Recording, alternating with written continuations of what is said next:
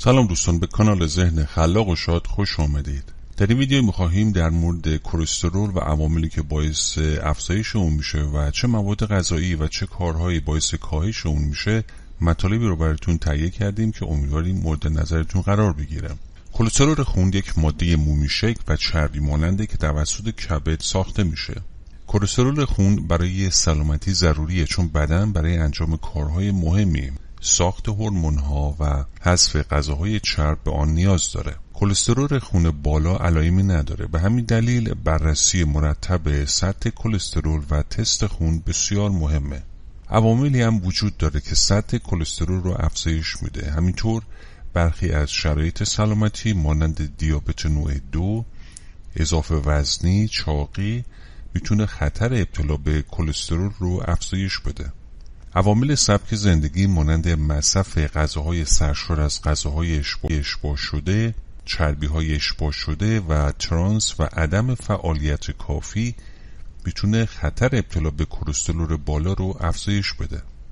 همینطور برخی از افرادی که سابقه خانوادگی کلسترول بالا دارن نیز ممکنه در معرض خطر این بیماری قرار بگیرند. البته برخی از این عوامل مانند سن یا سابقه خانوادگی قابل کنترل نیستند، اما میتوان با تغییر مواردی برای کاهش خطر ابتلا به کلسترول بالا اقداماتی را انجام داد.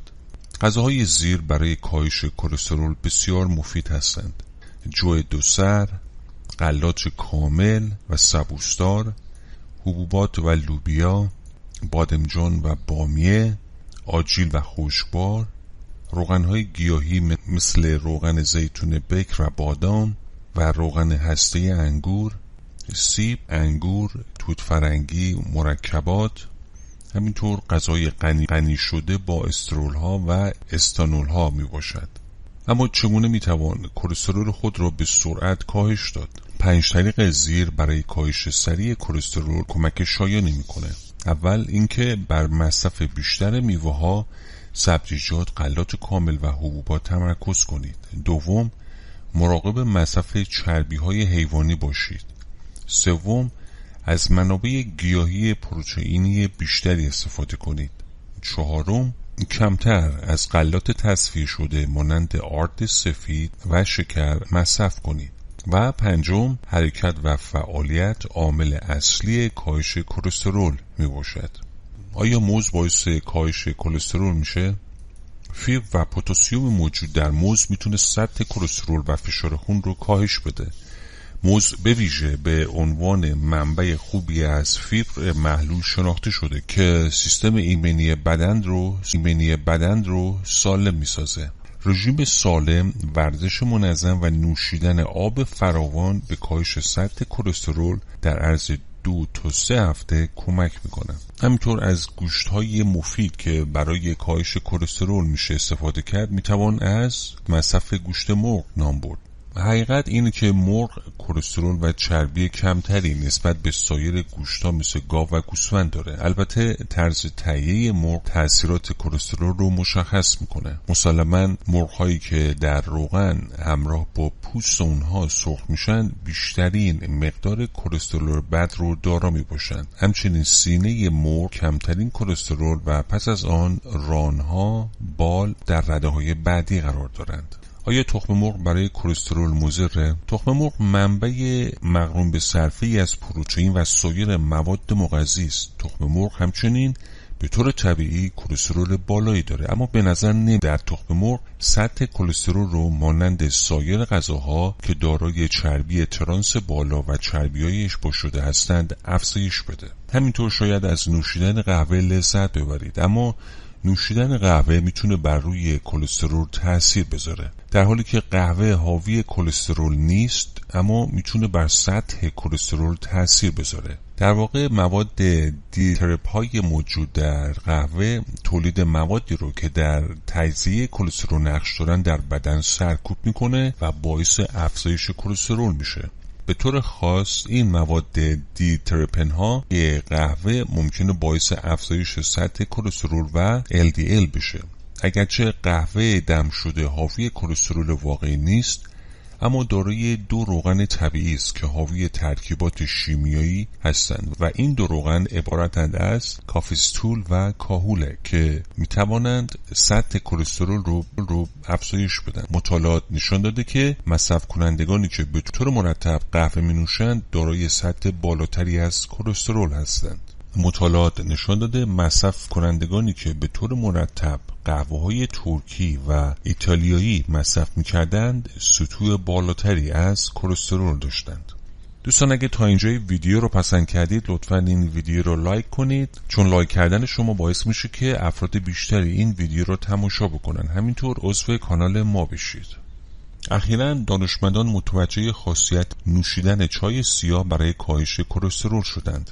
در یک مطالعه که آژانس تحقیقاتی علمی ارشد وزارت کشاورزی ایالات متحده انجام داد، نتیجه آن در شماره اکتبر مجله تغذیه منتشر شد و نوشیدن چای مواد لیپوپروتئولی کم، یعنی همان کلسترول بد رو در گروه کوچکی از داوطلبان کاهش داد.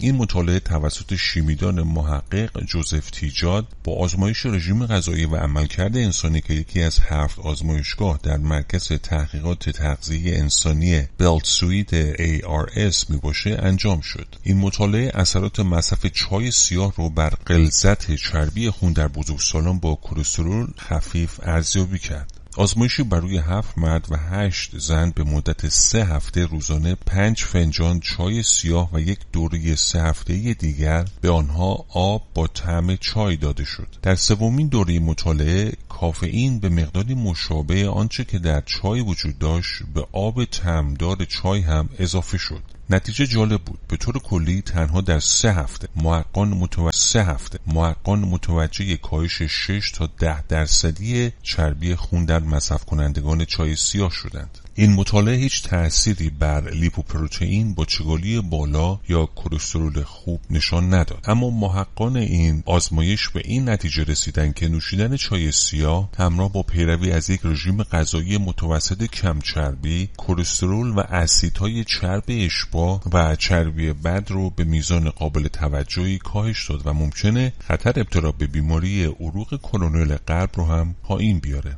در حالی که چندین مطالعه قبلی بر اساس نظرسنجی‌های جمعیتی ارتباط بین مصرف چای سبز سیاه و کاهش خطر ابتلا به بیماری عروق کرونل قلب را نشان داد، مطالعات بالینی تجربی نتوانستند اثرات مصرف چای رو بر عوامل خطر بیماری عروق کرونل قلب تایید کنند. همینطور گیاه کامبلیا سینسیس که منبع چای اصل دسته از به نام‌های چای سبز، چای سیاه و چای اولنگ می باشند. برخلاف دمنوش‌های گیاهی این چای‌ها حاوی کافئین هستند، اما در مواردی چای بدون کافئین هم همین مزیت رو داره که حدود 90% چای‌های مصرفی در ایالات متحده چای سیاه میباشند. چای سبز حاوی فلاوونیدهاست و حاوی انواع مختلفی از مواد مفید برای کاهش چربی بدن میباشد.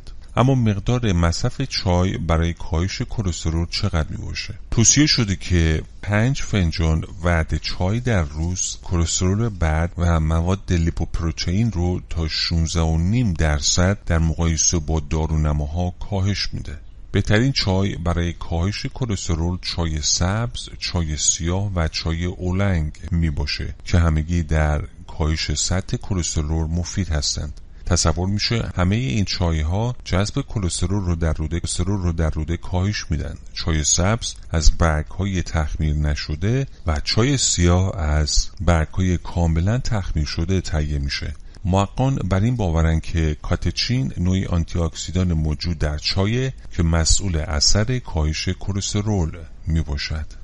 همینطور نوشیدن سرکه سیب کلسترول رو کاهش میده. در مورد سرکه سیب باید گفت که باید قبل از غذا مصرف بشه و انجام این کار باعث کاهش کلسترول میشه. اساساً مطالعات نشان دادن که سرکه سیب به دلیل داشتن آنتی اکسیدان‌های طبیعی باعث کاهش کلسترول بد و افزایش کلسترول خوب میشه. دوز معمولی 1 تا 2 قاشق چای خوری است. حدوداً 15 تا 30 میلی لیتر که با آب مخلوط شده و بعد از غذا مصرف میشه. سرکه سیب یک مکمل نسبتاً بی خطر برای مصرف در حد اعتدال می باشد. از مصرف دوزهای زیاد خودداری کنید.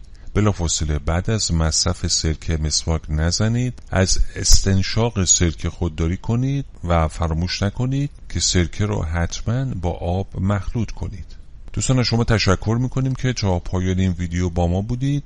لطفا این ویدیو رو لایک کنید، چون لایک کردن شما باعث میشه که افراد بیشتر این ویدیو رو تماشا کنن. همینطور عضو کانال ما بشید و خوشحال میشیم که گزینه زنگوله رو فعال کنید تا اولین کسی باشید که ویدیوهای ما رو دریافت و تماشا میکنید. امیدواریم که همیشه شاد و سلام